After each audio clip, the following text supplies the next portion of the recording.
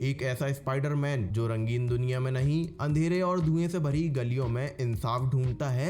और यकीन मानिए ये मार्वल का अब तक का सबसे अलग और डार्क अवतार है। तो भाई लोग, अगर आपको लगता है कि आपने स्पाइडरमैन का हर वर्जन देख लिया है तो रुक जाइए, क्योंकि स्पाइडर नोवार सिर्फ एक सुपर हीरो सीरीज नहीं है। ये एक ऐसा सिनेमैटिक एक्सपीरियंस है जो आपको 90s 30s की उस दुनिया में ले जाता है जहां बारिश से भीगी सड़कें, गैंगस्टर, मिस्ट्री और अकेलापन सब कुछ एक अलग ही वाइब देता है। ये सीरीज रिलीज हुई है प्राइम वीडियो पर और IMDb पर इसको 8 की रेटिंग मिली है। इस सीरीज की सिनेमेटोग्राफी और स्टाइल देखकर ये रेटिंग जस्टिफाइड लगती है। स्टोरी बिना किसी स्पॉइलर के समझें तो ये कहानी है एक उम्र दराज और टूट चुके प्राइवेट इन्वेस्टिगेटर की, जो कभी शहर का एक लौता सुपर हीरो था। अब वो अपराध, भ्रष्टाचार और अपने पुराने अतीत के बीच फंसा हुआ है, लेकिन जब शहर में नए खतरे पैदा होने लगते हैं तो उसे फिर से अपने पुराने रूप का सामना करना पड़ता है। अब यहाँ आपको टिपिकल मार्वल वाली कलरफुल एक्शन नहीं मिलेगी।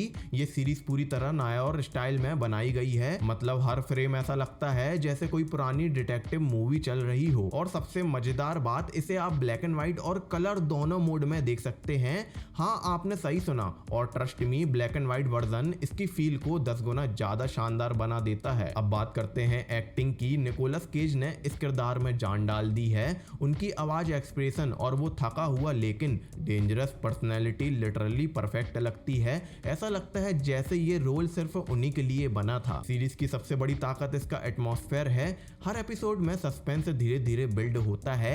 बैकग्राउंड म्यूजिक आपको उस दौर में ले जाता है। डायलॉग्स इतने शार्प हैं कि कई सीन्स के बाद आप खुद सोचने लगते हो, यार ये मार्वल है या कोई ऑस्कर लेवल क्राइम ड्रामा। अगर आप उन लोगों में से हो जिन्हें आजकल की typical super hero movies repetitive लगती हैं, तो स्पाइडर नोवार आपके लिए फ्रेश एयर जैसा है। यहाँ मल्टीवर्स का शोर नहीं, ओवर द टॉप कॉमेडी नहीं, बल्कि एक मैच्योर और इमोशनल कहानी देखने को मिलती है। अब सवाल आता है, क्या ये सीरीज सबको पसंद आएगी? देखो, अगर आप सिर्फ एक्शन और CGI देखने आए हो तो शायद शुरुआत थोड़ी स्लो लगे, लेकिन अगर आपको dark story telling, mystery, detective vibes और सिनेमैटिक एक्सपीरियंस पसंद है तो ये शो आपको स्टार्टिंग से एंड तक बांध कर रखेगा। और पर्सनली मुझे इस सीरीज की सबसे बेस्ट चीज लगी इसका विजुअल रिप्रेजेंटेशन। हर सीन वॉलपेपर जैसा लगता है। लाइटिंग, कैमरा एंगल्स और नोवार एस्थेटिक्स से इतने शानदार हैं कि कई बार आप स्टोरी से ज्यादा विजुअल्स में खो जाते हैं। एक और जरूरी बात, ये सीरीज आपको इमोशनली भी कनेक्ट करती है। हीरो यहाँ परफेक्ट नहीं है, वो टूटा हुआ है, अकेला है और अपनी गलतियों से लड़ रहा है। शायद इसी वजह से ये कैरेक्टर ज्यादा रियल लगता है। तो आखिर क्यों देखनी चाहिए स्पाइडर नोवार? स्पाइडर नोवार कोई टिपिकल सुपर हीरो सीरीज नहीं है। ये एक स्टाइलिश, डार्क और इमोशनल जर्नी है जो मार्वल की दुनिया को बिल्कुल नए तरीके से दिखाती है। इसकी कहानी, विजुअल्स, म्यूजिक और निकोलस केज की परफॉर्मेंस इसे